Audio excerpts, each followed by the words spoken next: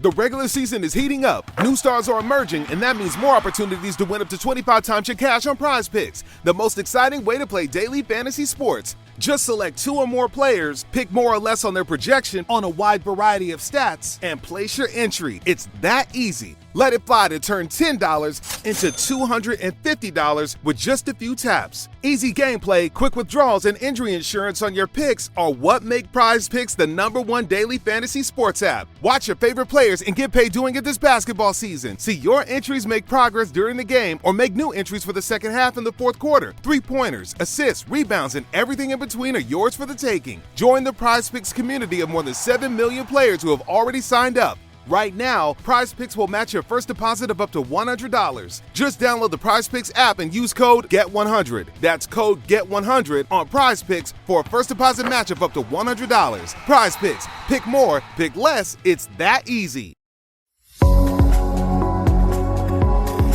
The Tea Biz podcast delivers tea news that you need to know. A recap of the week's major headlines with commentary and cultural trends hosted by Dan Bolton. It is the voice of origin for tea professionals and enthusiasts worldwide. Tea is a fascinating and intricate topic, far more complex than anyone can master. Our expertise resides in storytelling by professionals who know the tea lands from birth and speak the native tongue. We believe that transparency is grounded at origin, which is why the Tea Biz portal enlists 40 voices skilled in 12 languages to tell the story of tea.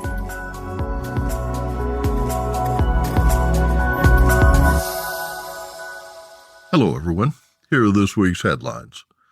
Increased food safety testing of Indian tea reveals a 42% failure rate. Kenya tea growers report double-digit increases in volume on favorable weather. And Kumaon growers break ground on their community-owned factory in the Himalayas. Plus, coverage of the recently concluded 25th session of the United Nations FAO Intergovernmental Group on Tea continues this week as Managing Editor Arvinda Anantharaman debriefs Joydeep Phukan, Secretary of India's Tea Research Association and the Principal Officer at the Tocklai Tea Research Center in Jorhat, Assam. They engage in a wide-ranging chat on the benefits of regenerative agriculture in combating a changing climate, enhancing trade, elevating smallholders, and marketing healthy hydration to youth. More in a minute, but first, this important message. What makes a perfect cup of Ceylon tea? The perfect cup is from the tea businesses that ensure the protection of all the children living within their tea estates. We salute Kailani Valley, Talawakili, Bogawanthalawa, Harana, and Elliptia tea estates. Support Save the Children, Sri Lanka. Last October, following an audit critical of the tea industry's diligence in monitoring tea factories and regulating the use of pesticides, India's Food Safety and Standards Authority, FSSAI, announced it would expand sampling at its 220 mobile testing and 247 accredited laboratories. In January, the Tea Board of India reported that 42% of the 245 tea samples failed to meet FSSAI norms, prompting the Assam Tribune to write, quote, "The findings of the FSSAI are not something unexpected given that the use of prohibited pesticides and chemicals has been rampant across tea estates. This failure to stick to quality norms has, in fact, affected our exports for some time now." End quote. The Indian Tea Association writes that stakeholders in the value chain, namely producers, buyers, and packeteers, are responsible, law-abiding entities providing the Indian consumer with a safe and sustainable cup of tea. ITA Secretary General Ajit Raha said ITA supports comprehensive testing to check compliance. He said that testing is being done regularly by tea producers and buyers. The testing protocol includes FSSAI prescribed plant protection formulations and covers testing of banned chemicals. Raha told The Statesman, quote, "There is, however, a need to create further testing infrastructure, including a testing mechanism for green leaf. The Indian Tea Association has flagged this with the appropriate authorities," end quote. The use of pesticides is so widespread that some observers predict the crackdown will result in declining yields. Quote, "Production will fall because the softer pesticide chemical cannot kill the pests as effectively as those banned. Secondly, people cannot easily get away from bad habits, so I feel some will still use the banned chemicals, get caught, and in that way tea will be destroyed," said former Tea Board Chairman Prabhat Besbura in the New Indian Express. Concern has since expanded to imports. Tests of 36 samples of Nepal tea reveal 14 failed to meet FSSAI standards, mainly due to residues indicating the use of prohibited pesticides. In January, after meeting with stakeholders, Union Commerce Minister Piyush Goyal directed FSSAI to increase the testing of imported teas for compliance with quality norms. Concerns raised about the quality of imported tea apply to domestic teas as well, said Board Chairman Omdeep Singh Bhatia. The present testing protocol allows tests of 36 chemicals for tea. FSSAI now screens for all 20 pesticides banned in growing tea. Under the Food Safety Standards Act, laboratories must also test for contaminants, toxins, and residues. During the 8 months ending August, India imported 14.75 million kilos of tea. Nepal was a top supplier at 8.1 million kilos, with an additional 3.1 million kilos from Kenya and 1.2 million kilos from Vietnam. During the same period in 2022, India imported 17.8 million kilos of tea. Business Insight. FSSAI CEO G. Kamala Vardhana Rao stressed the importance of switching to biopesticides to ensure safety and quality. Rao supports harmonizing standards at the Codex Alimentarius Commission level. There are 180 Codex member countries. Every country has set its limits on food quality standards. Rao said tea must be free from, quote, extraneous matter, added coloring, and harmful substances. The guidelines say that pesticides cannot exceed the maximum residue limit, or MRLs. Favorable rainfall boosted early season production by 15% among Kenya Tea Development Agency smallholder growers, who have seen improved prices despite a glut of tea. KTDA Group Executive Wilson Mithura told Nairobi-based People Daily, quote, "We are working around the clock to push as much tea as possible with other stakeholders, including government agencies. Our single focus remains improving the earnings for farmers," he said. From June 2023 through January 31st, 2024, the average price of KTDA teas increased by 3% from $2.70 per kilo, it's about 389 Kenyan shillings, to $2.78 per kilo, about 400 Kenyan shillings per kilo. In September 2023, KTDA announced a record 44 billion shilling final payout to smallholder tea farmers that lifted farmers' total earnings for the year by 7.6%, setting an all-time high of 67 billion shillings, or about $630 million US. According to the Tea Board of Kenya, tea output for the first 10 months of 2023 rose 8.6% to 412 million kilos through October. Production by KTDA growers has increased by 15.2% since June, with farmers west of the Rift Valley benefiting from El Niño rains. Growers also applied more fertilizer as the cost of urea retreated from record highs per ton. In 2021, fertilizer prices increased by 143% to an all-time high of $1,050 per ton in April 2022, before descending to historical prices that hover around $500 per ton. Urea prices rose by 22.5% in 2024. Green leaf production rose to 763 million kilos compared to 663 million kilos of green leaf delivered to KTDA-managed factories during the same 7-month period ending in January on the 31st. Demand at auction enabled KTDA factories to increase payments to smallholders by 4 shillings to a total of 24 shillings per kilo for green leaf harvested west of the Rift, while factories east of the Rift increased their rate from 21 to 25 shillings per kilo in January 2024. KTDA sold 152 million kilos of processed tea compared to 148 million kilograms within the same period last year, representing a 2.8% increase in sales, mainly for export. Primary trading partners include Russia, Pakistan, Sudan, Egypt, Afghanistan, and the United Kingdom. Smallholder farmers in the Kumaon region of the Indian Himalayas broke ground this week for a factory they will own and operate in partnership with U.S.-based Young Mountain Tea.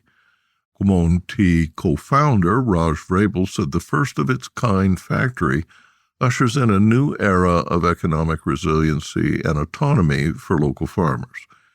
The project was financed by the USAID Cooperative Development Program, U.S.-based Frontier Co-op, Acumen, and Desmond Birkbeck, a multi-generation Kumaon tea farmer who has been the project's primary on-the-ground champion and investor.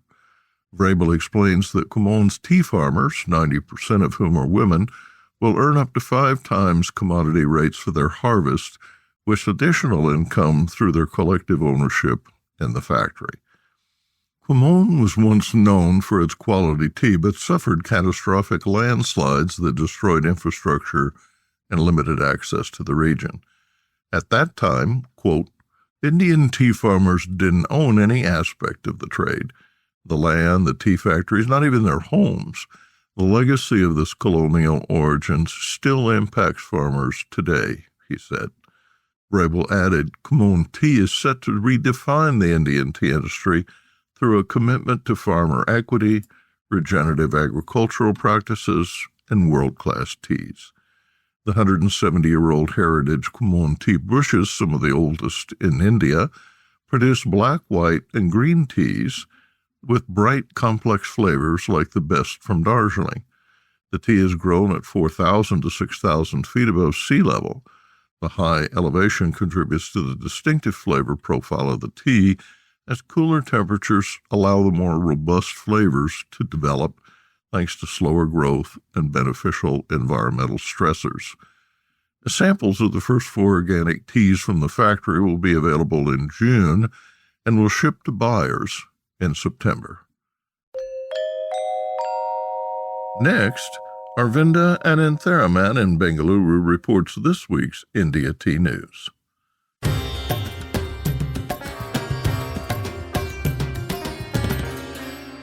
India Tea News for the week ending 1st March 2024. In headlines this week, Tata Tea is under scrutiny again as Shanta Chetri, a former parliamentarian from Kurshong, has written to the offices of the Prime Minister of India and the Commerce Minister, raising concerns about Tata consumer products, consumer packs. She has said that the company blends the tea with those from Nepal, which does not meet safety standards and is unsafe for consumption. She has urged the food safety regulator FSSAI and the tea board to test the tea for MRL levels of banned pesticides. The company has responded that they do not import directly from Nepal and that any Nepalese tea in blends is sourced from Indian traders. Tata has explained that their teas are rigorously tested within the company and deemed safe for consumption. It must be noted that in 2021, Tata Tea in Darjeeling were at loggerheads when the tea board prohibited blending of imported teas with GI-protected Darjeeling, Assam, Kangra, and Nilgiri teas.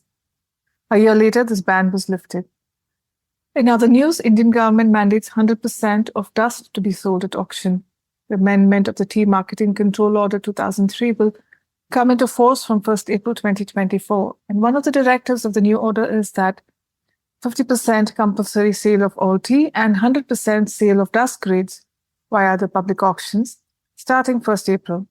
And this order is targeted at estates in North India, which covers Arunachal Pradesh, Assam, Bihar, Himachal Pradesh, Meghalaya, Mizoram, Nagaland, Sikkim, Tripura, Uttarakhand, and West Bengal.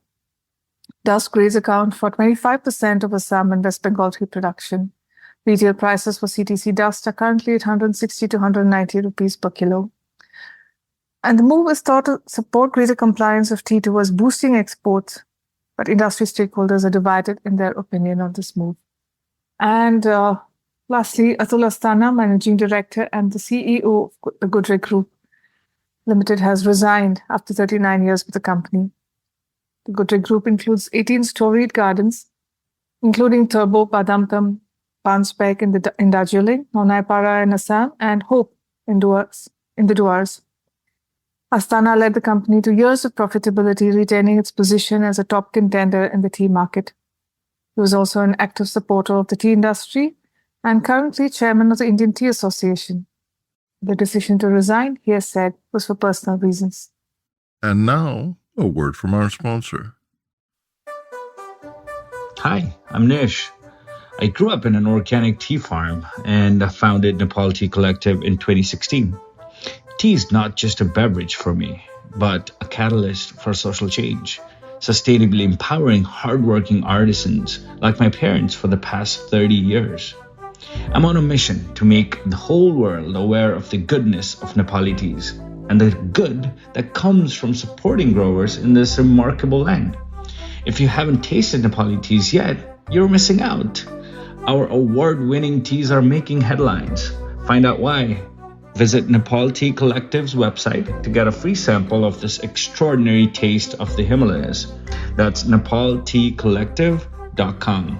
Or just send me an email at nish, N-I-S-H, at nepalteacollective.com. Cheers. Coverage of the recently concluded 25th session of the United Nations FAO Intergovernmental Group on Tea continues this week as Managing Editor Arvinda Anantharaman debriefs Joydeep Phukan, Secretary of India's Tea Research Association and the Principal Officer at the Tocklai Tea Research Center in Jorhat, Assam. They engage in a wide-ranging chat on the benefits of regenerative agriculture in combating a changing climate, enhancing trade, elevating smallholders, and marketing healthy hydration to youth.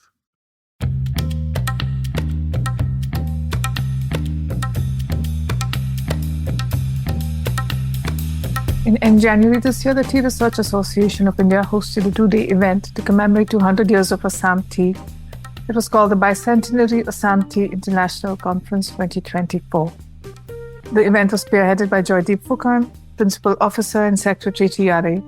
So we caught up with Joydeep to hear about what went into the planning of the event and what he hopes guests have taken away from it. It was really nice to be there and at Batik and to meet everyone, attend some of the sessions. The last time we spoke for TBiz was on the FAO IGG session that was being hosted by India. And of course, a bicentennial celebration was added to it. So can you tell us a little bit about what went into planning these events? When we had the Hangzhou session of the FAO IGG, that was the 23rd session, which was held in May 2018. So India proposed to host the next session, that is the 24th session of the FAO IGG in India. We had hosted in 2010 also in Delhi, and during that time, it was 3 days of the FAO IGG on tea, and which was preceded by the 100 years of centenary of Tocklai, actually. So when it was decided that it's going to be held in India in 2020, the whole FAO IGG session got postponed, by nearly 3 years, we decided to host the bicentenary conference of Assam Tea.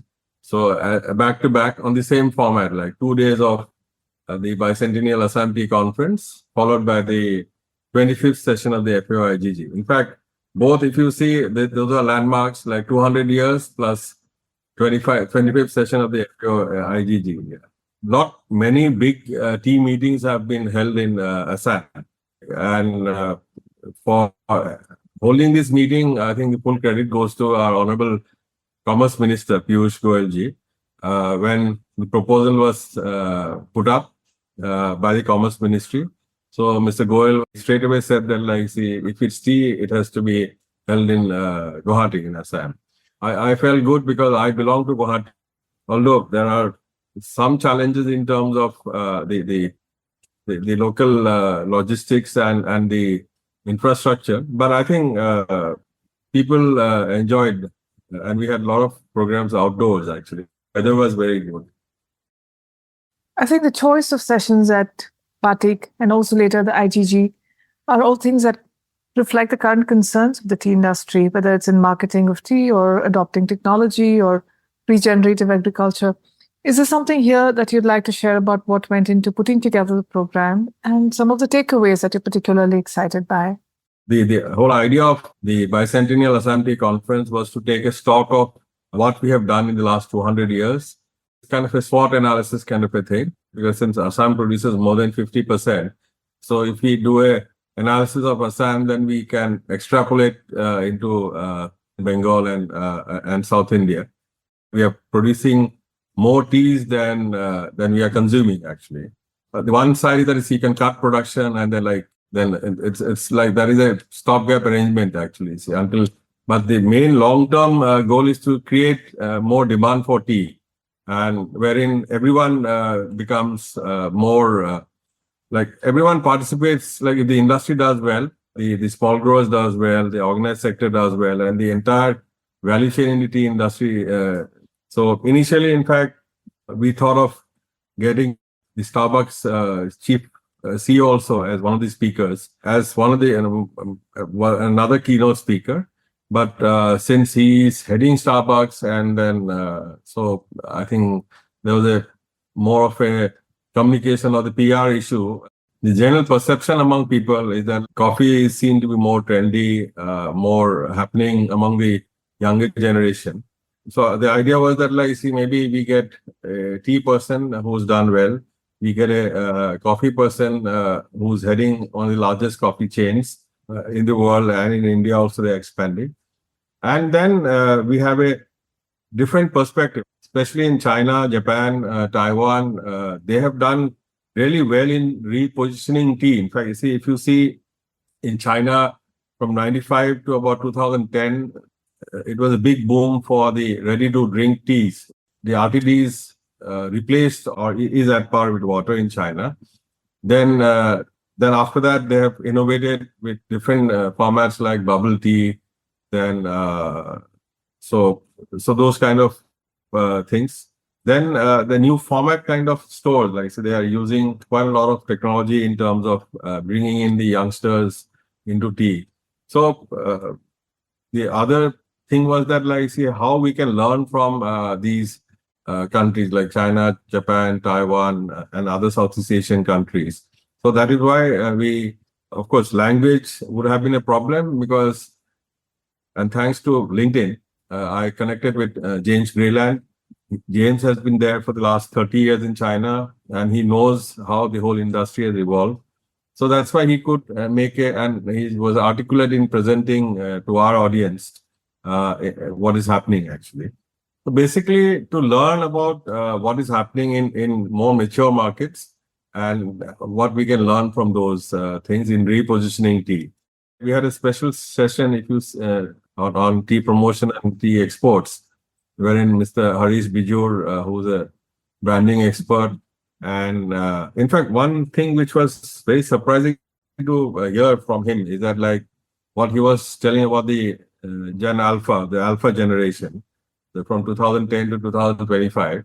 If you recall, he said that only 4% of the Gen Alpha is into tea.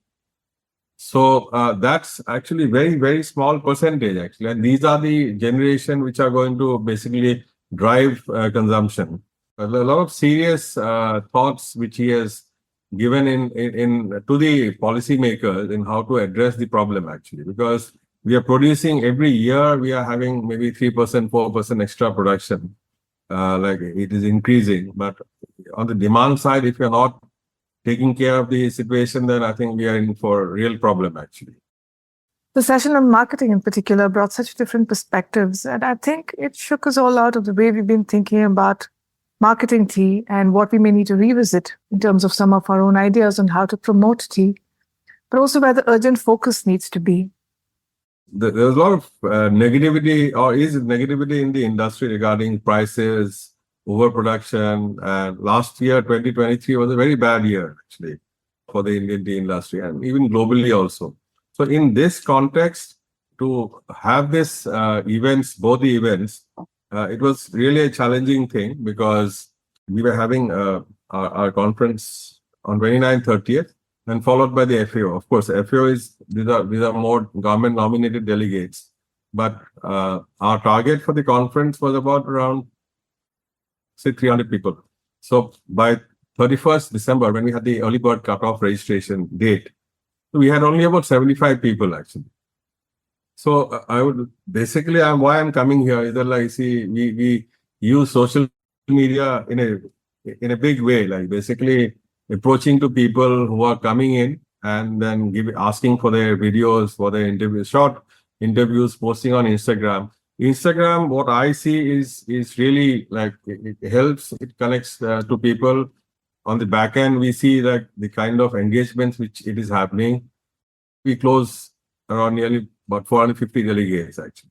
So I feel like for the industry, it's a big learning lesson, and most of the companies are there, but only thing is that see how we project to the crowd or to the audience for drinking tea or for positioning tea. I think that is important actually. It was good to see so many from the industry at one event and also the networking event. In particular, I thought many planters were interested in the session on regenerative agriculture because many questions were being asked. So the first presentation was to lay the problem in front of the audience, where we stand actually in terms of the climate change and it affects and the effects of climate change. Then basically how we can take things forward. The session on regenerative agriculture especially was a cross-learning from the cotton industry actually. So the Mr. Borua, Rajiv Borua, is from the Better Cotton Initiative, and now he's a consultant with this UK group called Primark. So basically, cotton industry has been little ahead of tea, but at the same time, when we were discussing with Mr. Borua on different aspects of regenerative agriculture, we have seen that like maybe Tocklai was suggesting or has been suggesting of when you grow tea for about 50 years, when you uproot and you rehabilitate the soil for at least 18 months to 24 months. So you plant different grasses, different plants, so that like the soil is regenerated after 50 years of cultivation, and then you are, after 2 years of soil rehabilitation, you're back ready to go for another maybe 30-40 years of planting. It's basically regenerative agriculture. What I have been seeing or hearing is that it's basically going back to the basics of doing agriculture. No tillage or very little tillage, so that like you don't disturb the soil much. So then biochar, which we have been working on, so that biochar focus is very much there for regenerative agriculture. What we are trying to do is that we are trying to have takeaways from each of the sessions and try to implement it in a more structured manner actually. So we are having a discussion with T-Board also on how we can structure it in a more methodical way of taking it forward. There were a couple of things that came up at the IGGs into the campaign called Tea Power, and also the news about the small tea grower headquarters shifting to India for the next few years. Anything about these two developments that you can share? Yeah, so basically, like Shabnam Weber, who's heading the Tea Association of Canada, Tea and Herbal Association of Canada. So she had made in her presentation, so it was quite well thought out because Canada, US, and Australia, Canada, US, and UK are heading the Tea and Health Working Group, which was formed in 2022. So that is the youngest working group. But I think a lot of progress has been made by that working group in terms of we had nearly about 12 meetings over the last 2 years. And then we zeroed in on, instead of going for too technical or more technical stuff like cardiovascular disease or maybe where we can't prove without clinical trials. But we had zeroed in, the group had zeroed in on sports and fitness and wellness, actually, and even beauty, how tea can enhance beauty, like the skin health, then how it can give you endurance and this thing. So those were the decisions taken in the working group, and which Shabnam had briefly presented in her presentation in the bicentennial conference. And then later on, it was presented as a working group recommendation to the FAO, wherein the tea power in terms of sports, fitness, wellness was decided, and how we can initiate a campaign, and every tweet, every social media messaging will go through, will have the concerned hashtags which has been decided upon. So I think that was a big takeaway from the FAO session. So we discussed with a larger audience in the Batik, and then in the FAO, it was adopted as one of the main key implementation thing for the next 2 years. The other thing is the Confederation of the International Tea Smallholders, which was voted in 2016 in Nairobi session. And then in 2018, it was finalized in Hangzhou in China. And China was supposed to host it for the next 4 years, the headquarters.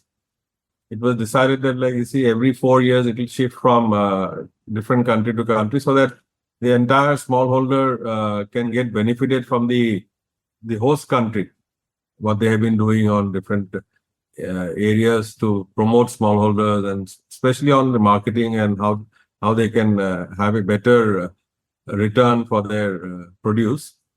So India, in fact, if you see in the last couple of years, there's been a lot of focus on small tea holders. So Government of India also, when they are formulating the schemes for the next medium-term framework, they are putting more emphasis on the smallholders. Government of Assam has put in quite a lot of efforts.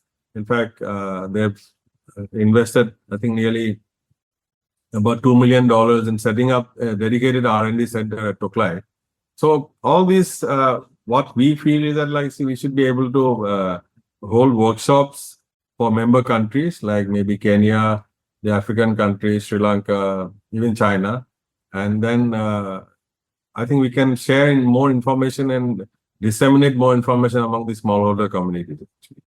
Another thing is that we, of course, was, if you remember in the session, there was a Korean company called Tridge, which they have used data analytics in a big way in trying to enhance or push exports of different commodities, actually.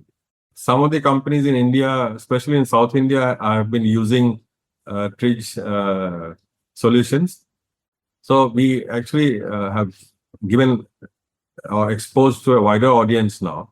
So once they come on, then I think indirectly, in a smaller way, they can find out newer markets, actually. So I think it's a e-marketplace for commodities, and I hope tea can get benefited through that platform.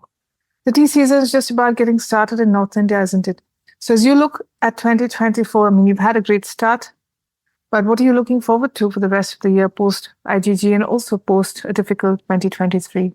No, I feel this year is going to be crucial for the industry, Indian tea industry and the global tea industry, more generic global tea industry, but for Indian tea industry, because our production is I think we are going to surpass the earlier record also. Like I say, it's going to touch about 1,400 million kilos for 2023.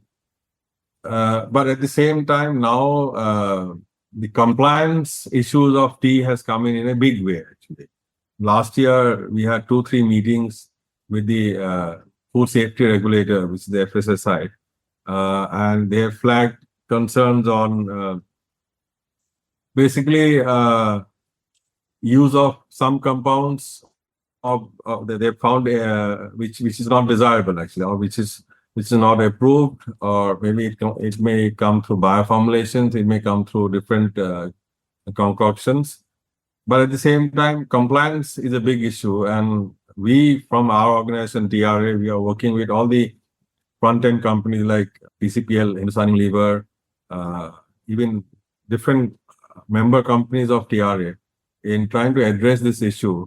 And end of this month, we are starting a campaign for the next 2 months on good agricultural practices, which more specific thing on plant protection measures actually. What they need, what people need to spray, what they need to avoid, what they need to test. We have ramped up our both the labs which we have in TRA, one in Jorhat, one in Calcutta. So we have given a package solution to quite a lot of companies. Like say earlier, one company used to test maybe say 20 samples, 30 samples. Now companies are saying that they are going to test minimum of 500 samples to 1,000 samples in a year. So we have given a package deal to them so that like they can test more and more for compliance. The other certification agencies like Trustee, we are implementing partners of Trustee in North India. So there also we are giving a special deal for the Trustee certified smallholders, wherein they can do it at a much cheaper cost at our labs. So I think this year compliance will be an issue, and maybe I think with more and more compliance, maybe the production may not like reach that like the 1,400 million. Maybe it might come down actually, since compliance has been flagged off as a major issue for this year. We are not in a very doom and gloom situation. Like you see, we have the production is there. It is only finding the market actually. So, and we are lucky to have a very, very strong domestic market, which is almost absorbing nearly 1,200 million kilos of tea. So it's like that extra push, both domestically as well as maybe for some new countries, and then so in that way, I think we need to learn from maybe other countries where they've been very passionate about promoting their teas. I think Sri Lanka, for instance, the Sri Lankan Tea Board chairman was there, Mr. Neeraj Dimel, and then like he couldn't come for the Batik conference, but he was there for the next 3 days. They have gone through real problems in terms of production plummeting quite drastically. But they have, I think, come back actually. See, if you see last year, they're going into different countries, having agreements, and so they're basically recapturing their earlier market share wherever they had. Here in India, what I have seen is that there's too much negativity in the industry actually. So that I think we need to change, because definitely things are going to change for the better. Right? So we need to have a strategy. Thank you, Joydeep. I look forward to seeing how things pan out, how the year shapes up, and I'm sure we'll connect again during the year to see how things are progressing. And once again, congratulations on 2 very successful events to the kickoff 2024.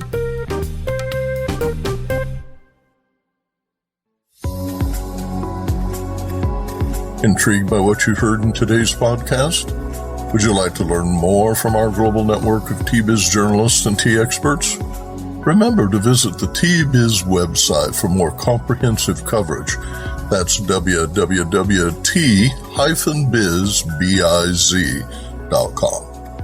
Thanks for listening. Farewell till next week.